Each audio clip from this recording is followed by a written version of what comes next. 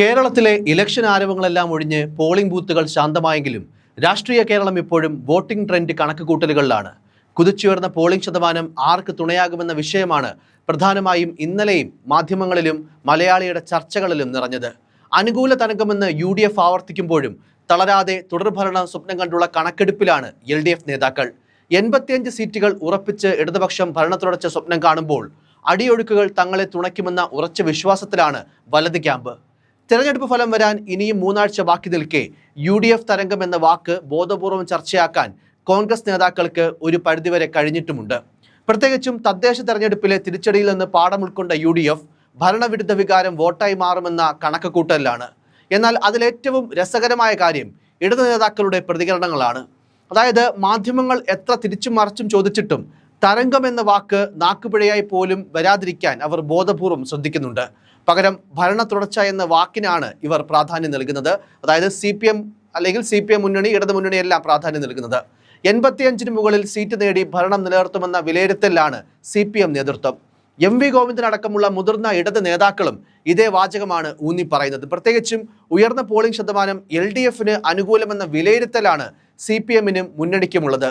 വിജയസാധ്യത വിലയിരുത്താൻ CPI സംസ്ഥാന നിർവാഹക സമിതി ഇന്നും CPM സംസ്ഥാന സെക്രട്ടേറിയറ്റ് മറ്റന്നാളും തിരുവനന്തപുരത്ത് പാർട്ടി യോഗങ്ങൾ ചേരും.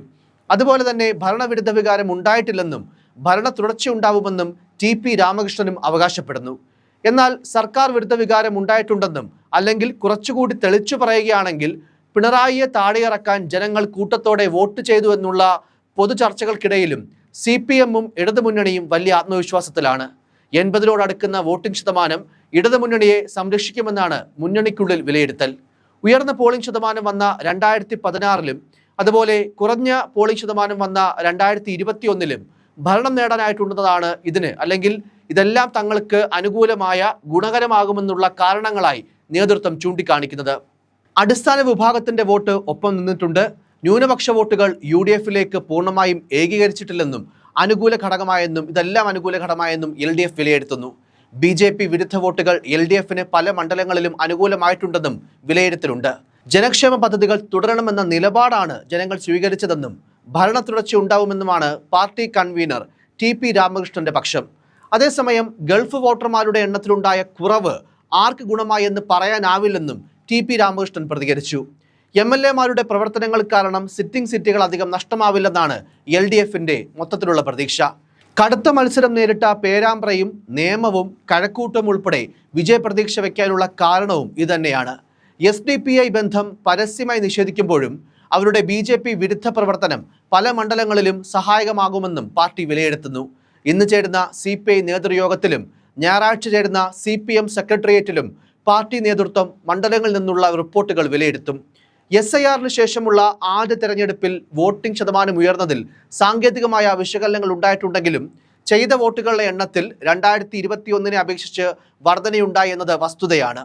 വോട്ട് രേഖപ്പെടുത്തിയവരുടെ പങ്കാളിത്തത്തെയാണ് ഈ വർധന കൊണ്ട് സൂചിപ്പിക്കുന്നത്. ഈ പങ്കാളിത്തം രാഷ്ട്രീയ അട്ടിമറിയാകുമോ അതോ തുടർഭരണത്തിന് അനുകൂലമായ തരംഗമുണ്ടാക്കുമോ എന്നാണ് മുന്നണികളും രാഷ്ട്രീയ നിരീക്ഷകരും ഉറ്റുനോക്കുന്നത്. അതേസമയം പോളിംഗിലെ വർധന അനുകൂല തരംഗമായി വിലയിരുത്തി അധികാരത്തിലേക്കുള്ള തിരിച്ചുവരവിന് തയ്യാറെടുക്കുകയാണ് UDF. തദ്ദേശ തെരഞ്ഞെടുപ്പിന് സമാനം ഏകപക്ഷീയ വിധിയെടുത്തതാണ് നേതാക്കൾ ചൂണ്ടിക്കാട്ടുന്നത്. വൻതോതിൽ ഭരണവിരുദ്ധ വികാരമുണ്ടായെന്നും അത് വോട്ടായി പ്രതിഫലിച്ചുവെന്നുമാണ് UDF വിലയിരുത്തൽ. UDF ഭരിക്കുമെന്ന ആത്മവിശ്വാസം പ്രതിപക്ഷ നേതാവ് VD സതീശനും പലകുറി ആവർത്തിച്ച് പ്രകടിപ്പിച്ചു. 100 സീറ്റ് നേടി അധികാരം ഉറപ്പിക്കുമെന്നാണ് VD പലകുറി പറഞ്ഞത്. നിയമസഭാ തെരഞ്ഞെടുപ്പിൽ UDFന് ശുഭപ്രതീക്ഷയെന്നാണ് സമാന പ്രതികരണത്തിലൂടെ K മുരളീധരനും പറയുന്നത്. ഭരണമാറ്റത്തിന്റെ സൂചന പ്രകടമാണ്. വോട്ടർമാർക്ക് പോളിംഗ് സ്റ്റേഷനിൽ അടിസ്ഥാന സൗകര്യം ഒരുക്കിയില്ലെന്നും മുതിർന്ന പൗരന്മാർക്ക് പോലും പരിഗണന ലഭിച്ചില്ല എന്നുമുള്ള പരാതികൾക്കിടയിലും 5000-നും 10,000-നും ഭൂരിപക്ഷത്തിനിടയിൽ താൻ ജയിക്കുമെന്നും UDF 100 സീറ്റിന് മുകളിൽ നേടുമെന്നും മുരളീധരനും ആത്മവിശ്വാസം പ്രകടിപ്പിക്കുന്നു. KC വേണുഗോപാൽ, മുതിർന്ന UDF നേതാവ് AK ആന്റണി, യുവനിരയിലെ ഷാഫി പറമ്പിൽ, PC വിഷ്ണുനാഥ് എന്നിവരും തികഞ്ഞ ആത്മവിശ്വാസത്തിലാണ്. പോളിംഗ് ശതമാനം ഉയർന്നത് UDFന് ഗുണം ചെയ്യുമെന്നും വൻതോതിൽ ന്യൂനപക്ഷ വോട്ടുകൾ UDFിലേക്ക് മടങ്ങിയെത്തുമെന്നാണ് വലതു മുന്നണിയുടെ വിലയിരുത്തൽ. ഇതിനിടെ പ്രചരണത്തിന്റെ 1-ാം ദിനം മുതൽ UDF ഉയർത്തിയ ഡീൽ ആരോപണങ്ങളുടെ നിജസ്ഥിതിക്കും ജനവിധി നിർണായകമാകും. എന്നാൽ നേരിയ ഭൂരിപക്ഷത്തിന് അധികാരത്തിലേക്ക് എത്തുമെന്നാണ് ഇടതു പ്രതീക്ഷ. സിറ്റിംഗ് സീറ്റുകളിൽ ചിലത് കൈവിട്ടാലും പുതിയവ കൂടി ചേർത്ത് 45-നടുത്ത് എത്താമെന്നാണ് CPMന്റെ പ്രതീക്ഷ. ശേഷിക്കുന്നവ ഘടകകക്ഷികൾ പിടിച്ചാൽ ചരിത്രപരമായ ഭരണ തുടർച്ചയിലേക്ക് കാലൂന്നാമെന്നാണ് ആത്മവിശ്വാസം. 20% വോട്ട് വിഹിതം ഉയർത്താനിറങ്ങിയ BJPയെ സംബന്ധിച്ച് തദ്ദേശ തെരഞ്ഞെടുപ്പിൽ 12.47 കൂപ്പുകുത്തി വീണതിന്റെ പരിക്ക് ഇക്കുറി തീർക്കാനാണ് അവർ ഇലക്ഷനിലിറങ്ങിയത്. 5 മുതൽ 10 സീറ്റ് വരെ നേടുമെന്ന് BJPയുടെ പ്രാഥമിക വിലയിരുത്തലുണ്ട്. 30 മണ്ഡലങ്ങളിൽ NDA സ്ഥാനാർത്ഥികൾ കടുത്ത മത്സരം കാഴ്ചവെച്ചു. പോളിംഗ് ശതമാനം കൂടിയത് അനുകൂലമാണെന്നും നേതാക്കൾ പറയുന്നു. കുന്നത്തുനാട് പ്രത്യേകിച്ചും BJPയെ സംബന്ധിച്ച് വലിയ പ്രതീക്ഷയാണ്. ചുരുക്കം ദിവസങ്ങളാണ് പ്രചരണത്തിന് ലഭിച്ചതെങ്കിലും അത് പരമാവധി പ്രയോജനപ്പെടുത്താനായി എന്നാണ് മുന്നണികളുടെയും സ്ഥാനാർത്ഥികളുടെയും പൊതുവെയുള്ള വിലയിരുത്തൽ. മറുവശത്ത് വോട്ടുറപ്പിക്കാൻ 24 ദിവസത്തോളം നിലം തൊടാതെയുള്ള നെട്ടോട്ടം തീർന്നതിൻ്റെ ആശ്വാസത്തിലാണ് സ്ഥാനാർത്ഥികൾ.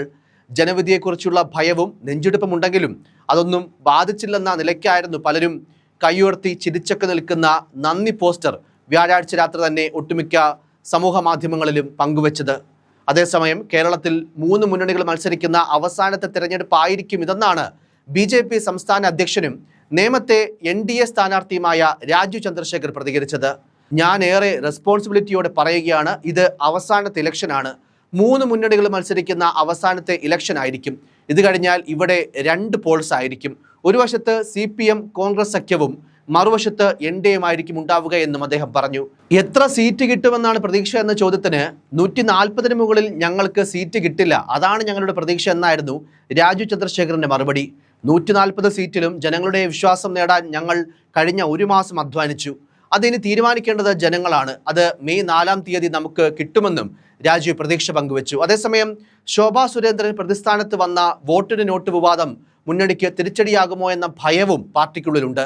സ്വന്തമായി പ്രതിരോധിക്കാൻ നിൽക്കുമ്പോഴെല്ലാം അതേ വിവാദം തിരിഞ്ഞുകൊത്തുന്ന അനുഭവമാണ് ശോഭയും BJPയും നേരിടേണ്ടി വന്നത്. ഇലക്ഷൻ കമ്മീഷനും കർശനമായ നടപടികൾ ഉണ്ടാകുമെന്ന് പറഞ്ഞതോടെ മൊത്തത്തിൽ ഈ ഒരു വിവാദം കൊണ്ട് BJPയും കുറച്ച് പരുങ്ങലിലാണ്. എന്തായാലും കേരളം ആര് ഭരിക്കുമെന്നറിയാൻ ശേഷിക്കുന്നത് 22 ദിനങ്ങളാണ്. ഇക്കാലയളവിൽ കാര്യമായ അധികാരങ്ങളില്ലെങ്കിലും സർക്കാരായി ഇടതുപക്ഷം തന്നെ തുടരും. വോട്ടെണ്ണുന്ന മെയ് 4 കഴിഞ്ഞ് മെയ് 6-ന് മാതൃകാ പെരുമാറ്റച്ചട്ടം നീങ്ങൂ.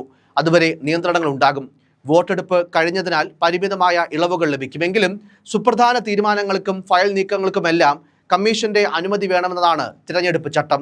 മെയ് 23 വരെയാണ് നിലവിലുള്ള ഈ സർക്കാരിന്റെ കാലാവധി. തെരഞ്ഞെടുപ്പ് കമ്മീഷന്റെ ഏറ്റവും ഒടുവിലെ കണക്കനുസരിച്ച് 78.27% സംസ്ഥാനത്തെ ആകെ പോളിംഗ്.